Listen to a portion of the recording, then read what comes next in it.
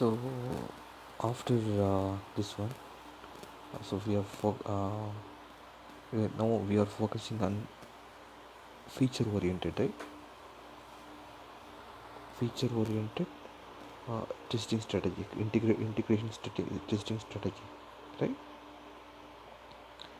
So the first one is thread integration test. Second one is critical model integration test. So what is exactly critical model integration test? Since the critical model focuses on modules that pose greatest risk to the project, right? So it mainly focuses on the greatest risk which actually present in the project, right? So this critical model integration testing, while we integrating the module from to each other. For example, there are some several models are there. Assume that several models are there. So if you want to integrate all the modules and to make it as a single working single working system, here in this kind of testing we mainly focuses on the risk which actually present in the project, the critical risk which actually present in the project. Okay, the modules are here, the modules are sorted and incrementally integrated. Okay, first they are sorted and incrementally integrated based on some model. Which order? According to the associated risk factor that characterizes the criticality of the each model. So based on the based on the risk factor, associated risk factor. For example, if higher risks are there, those models will be taken into account first and they will be incrementally integrated first. The model which has lower risk, then they actually can be integrated at the last step, right? Based on the risk factor, severe risk factor, or if it, of course if it is critical risk factor in the sense, based on the a degree of risk, right? If uh, if the model possesses higher risk, then that model will be considered for integration purpose. Okay, so what kind of risk actually? Both external risk as well as project risk. External risk is nothing but safety, as well as the project risk is nothing but schedule. Okay, so regarding the safety as well as regarding the schedule, wow, the project actually has this major kind of risk. Based on this risk, actually they are going to integrate the model. Okay, so that's actually the different integration testing strategy. What are the different testing strategy? Actually, we have mainly focused on different integration strategy, right? First one is which one? Big bang approach. Here, big bang approach in the sense we integrate all the models at once. Okay, we integrate all the models at once. So here, due to that delay process means it will actually delay the project development process. If there is no other way, then only you can opt for this big bang approach. Next it's come structure as well as feature oriented approach. Okay, and the structure oriented approach, we divided that structure oriented approach into three subdivision, like top down approach, bottom up approach, as well as sandwich approach. This feature oriented approach actually divided into two parts. One is this one, the thread integration test, and second one is critical model integration test. Okay, so when they ask regarding integration testing strategy, you people should write this on. Okay, so this is related to different kind of testing strategy. Testing components and assemblies. What are the testing components and assemblies? Okay, so many software products are constructed partly or wholly, right? So many products are constructed partly, means part by part or wholly at once from assemblies of pre-built software components. Okay? So each system is actually a combination of different components. Right? A key characteristics of software components is that the organization that develops a component is distinct from the groups of developers who use it to construct systems. Right? So the main thing is the characteristics of this software component is that the organization which actually develops this component is actually different from the groups of developers who use it to construct system. So who actually develops is different. Who actually use the component is different. Develop That's why there is a clear distinction between development of a component as well as use. Development is production as well as use. So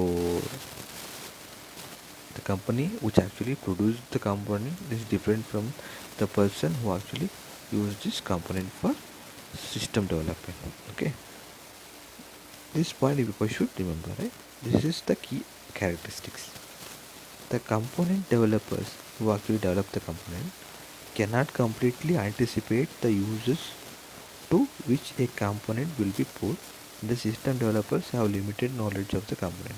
Okay, so when they actually build in the component, so they actually follow some general criteria.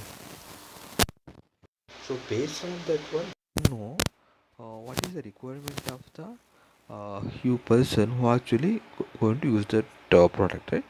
There is actually specific requirements are there. So based on the general requirements only, the component developers will build the component. But it is not like if it is actually varies from person to person who actually going to use that component. That is the major downfall of this thing, right? Major disadvantage. Testing components and assemblies therefore brings some challenges. That's why. So these factors actually brings the challenges and the constraints that differ from testing other kinds of model. So testing components actually which is actually built by component developers and assemblies. So which actually built by system developers therefore brings some challenges due to the distinction between the production as well as use. This brings challenges, and this is regarding the differ from testing other kinds of model. Okay, so when you're writing about testing component and assemblies, you should write this thing. So components are actually developed by a different person and actually used by the different persons. So this is the major thing. Is the key characteristics of this testing components. And also when that components which actually developed by the component developers who uses only general guidelines and general specification. They don't know what specific correct specification and special and required specification of a person who actually uses that one. So if the specification is actually different from the general specification, so it will create some problems. That's why when we assembly these kind of models, we need to face different challenges, right? So another thing will come, that is called reusable components. These reusable components are often more dependable than software developed for a single application. So two versions are there. One is a component which can be reused. Another version is a component that is actually made for single application. When you develop a component that can be used by different application, that is called reusable product, reusable component. If you build a product or if you build a component that is one applicable for specific application, that is called single use component or single application component. Okay. Two version, reusable as well as single use. Okay, when reusing a component that has been in use in other applications for some time, one obtains the benefit not only of test and analysis by component developers but also of actual operational use. So when you are actually using the reusable component, there is no need to develop. There is no need to conduct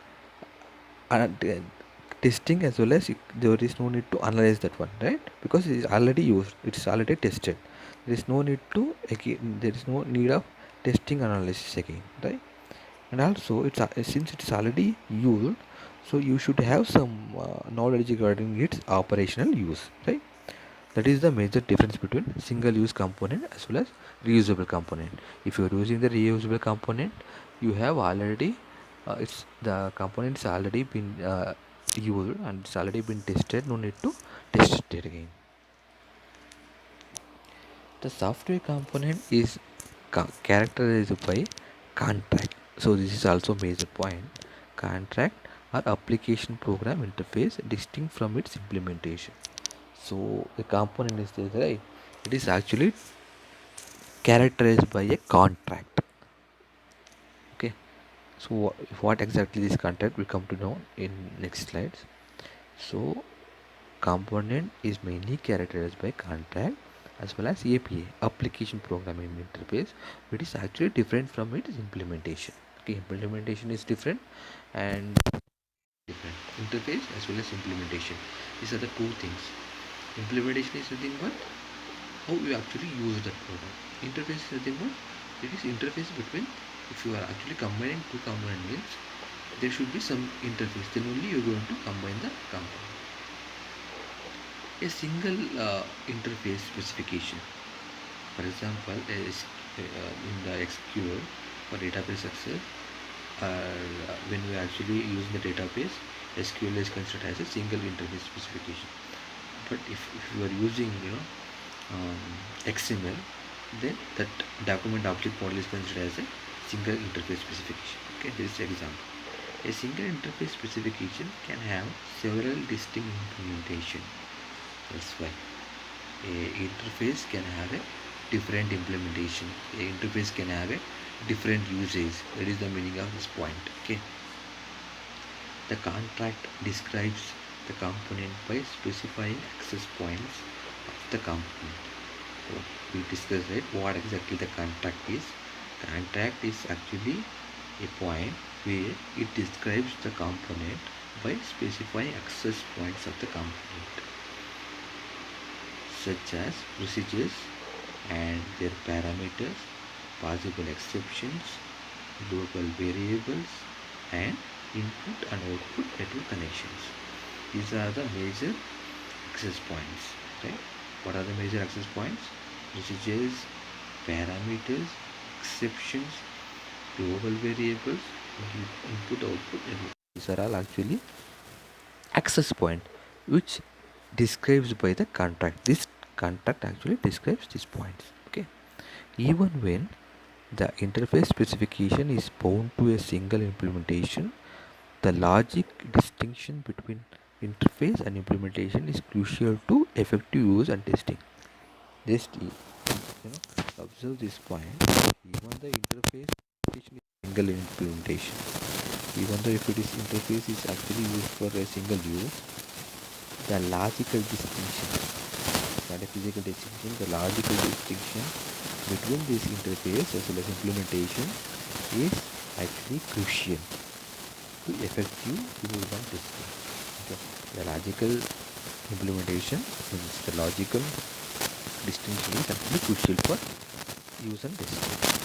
The interface specification of a component should provide all the information required for using the component. Okay, what exactly we are using, right? Interface. This interface will actually gives us the required required information for using the component. Okay,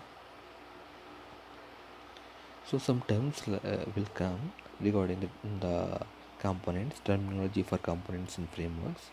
Just observe this. Components is nothing but software component is reusable unit of deployment and composition that is deployed and integrated multiple times and usually by different teams. Okay, components are characterized by contact or interface and may or may not have state. Okay, this is the example of component.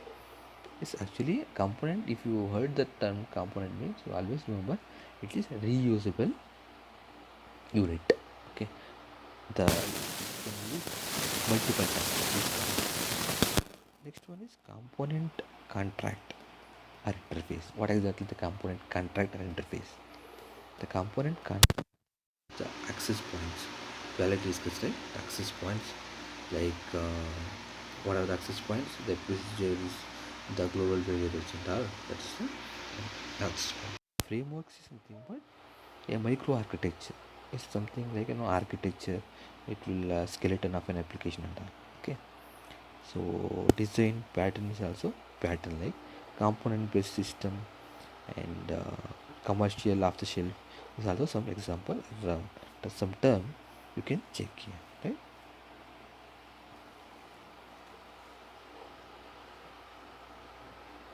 So in the next video we can look for the next chapter that called this called system acceptance and regression testing. Okay, thank you.